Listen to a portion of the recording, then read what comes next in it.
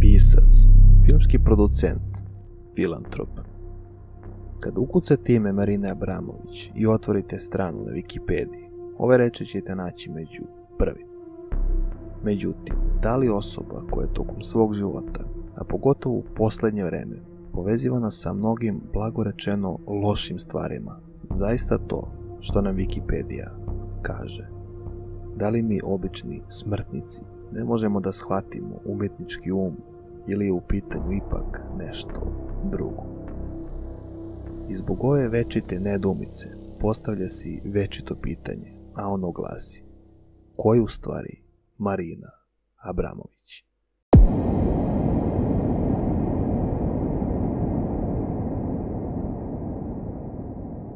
Dobrodošli na kanal Jezivo.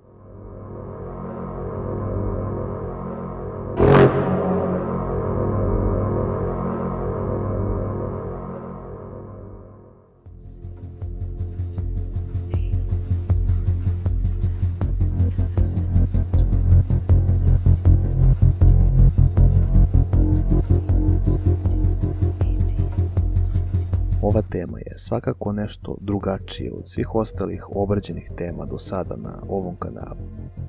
Reči iz introa za ovaj video, čudna, zastrašujuća i kontroverzna, možda i najbolje opisuju prvi utisak koji prosječan čovjek dobije kada se prvi put susretne sa njenim radovima.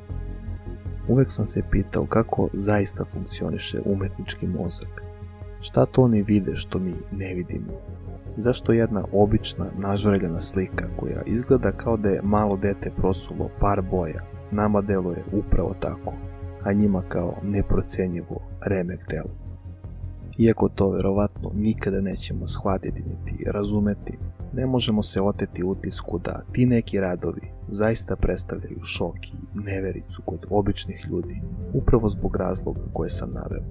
A tih radova kod Marine Abramović ima na pretek.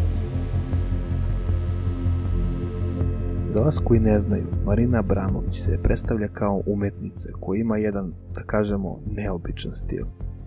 Taj stil izaziva mnogo kontroverze, ne samo u Srbiji, odakle vuče korene, već i u cijelom svetu. I upravo zbog tog stila ona se neretko puta našla u centru nekih teorija. Neću reći teorija zavere, jer ni sam nešto preterano ne verujem u taj izraz.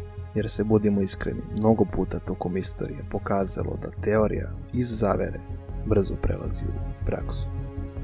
Shodno tome, hajde da postavimo neka logična pitanja. Da li je Marina umetnica sama za sebe ili umetnica možda zarad nekog drugog? Da li svojim nastupima pokušava da predstavi svoj život i svoj ugao gledanja ili da tim istim nastupima podstakne nečiju svijest da krene da razmišlja u tom pravcu? A budimo iskreni, njeni nastupi su sve, samo ne standardni. Uzmimo za primjer jedan od njenih najstarijih performansa. Reč je o nastupu iz Napulja 74. godine koji nosi zvanično ime Ritam 0.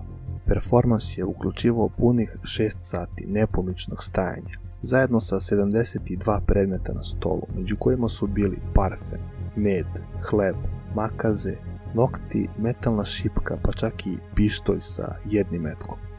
Abramović je želela da izvede performans ne radeći apsolutno ništa, dok je svim prisutnim osobama dopustila da iskoriste bilo šta od ponuđenih predmeta na njoj samoj, i to na način na koji god oni požele. Na kraju je završila sa posekotinama, pocepanom odećom do gole kože, pa čak i sa pištoljem ispod vrata. I to sve sa ciljem da bi vidjela do kojih granica može ići ljudsko ponašanje. Od njenih drugih nastupa, počevši od gledanja oči u oči sa magarcem, preko disanja usta na usta sa svojim partnerom, pa sve do urezivanja nekih simbola po svoj koži, ništa nije izazvalo veću pometnju kao dve stvari. I upravo zbog tih stvari našla se u centru pažnje, možda i veće nego što je očekivala.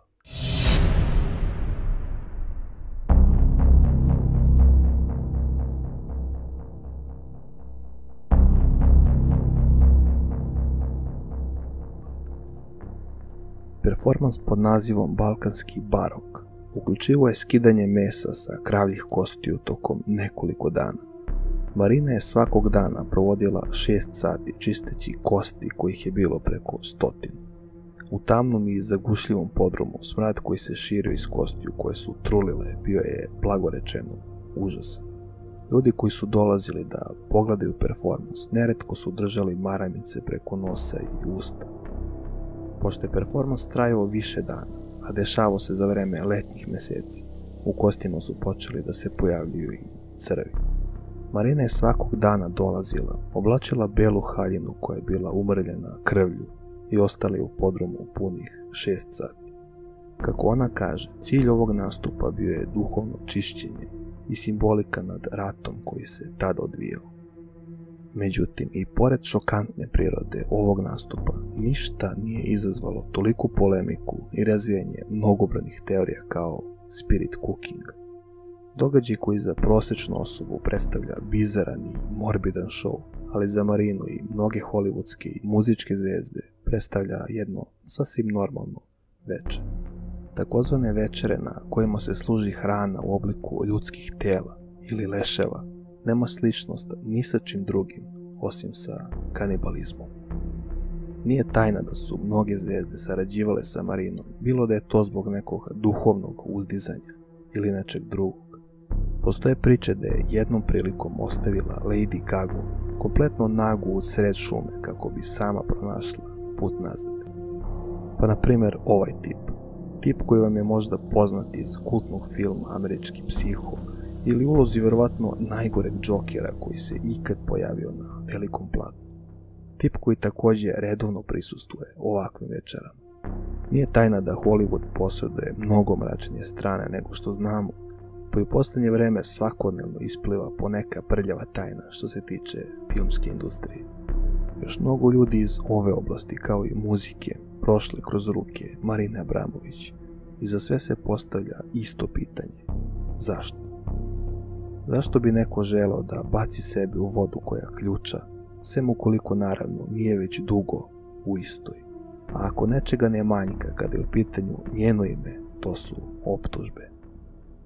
Počevši od ispiranja mozga preko usađivanja nekih svojih ideologija, pa sve do služenja, znate već komu. I sama je nekoliko puta izjavila da joj je muka od svega i da se nada da će uskoro sve prestati. Ali s obzirom na današnju situaciju u svijetu i mnogo drugih, da kažemo, javnih tajni koje su doprele do velikog broja ljudi, to se jednostavno neće desiti u skorije vreme. Neću dublje da ulazim u tu tematiku, jer realno imali bismo jako puno da pričamo i sam tok bi otišao ne na jednu, već na 10 strana. Ali mislim da svi koji iole prate svjetska dešavanja znaju o čemu govorim. Ono što bih naglasio jeste da te teorije nisu nastale tako što je nekom bilo dosadno, pa je jednog dana listajući kanale na televiziji kreirao neku sci-fi priču.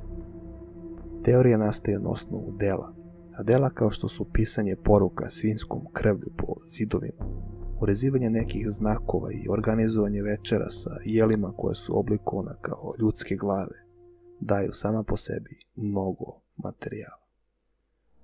Kada sve sumiramo, pitanje koje treba da postavimo jeste: da li smo mi ti koji su ludi ili ludi pokušavaju da nas ubede u to? Zanima me vaše mišljenje o ovoj temi, vaš ugao gledanja na sve ovo.